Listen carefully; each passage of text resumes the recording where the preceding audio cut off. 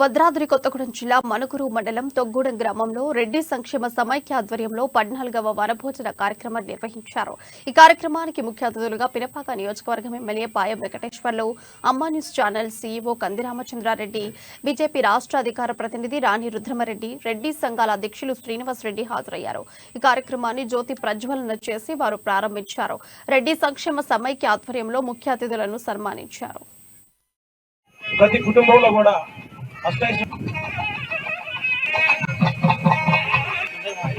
వాస్తవానికి ఈ యొక్క కానీ టైం వల్ల మరి శివారెడ్డి గారు మరి ఈ రోజున ఇక్కడ ఉన్న వాళ్ళందరూ కూడా ఒకే కుటుంబం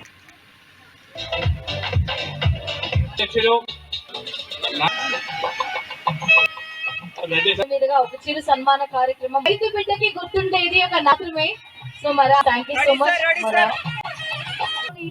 కంది రామచంద్రారెడ్డి గారు, సిఈఓ అమ్మా న్యూస్ ఛానల్ వారికి ఒక చిరు సన్మాన కార్యక్రమం, ఒక ఆత్మీయ సన్మాన కార్యక్రమం 14వ వనభోజన మహోత్సవ వేడుకలో భాగంగా మన రెడ్డి సంక్షేమ సమాఖ్య తరఫు నుంచి కంది రామచంద్రారెడ్డి గారికి, మన సిఈఓ అమ్మా న్యూస్ ఛానల్ వారికి ఒక చిరు సన్మాన కార్యక్రమం జరుగుతుంది.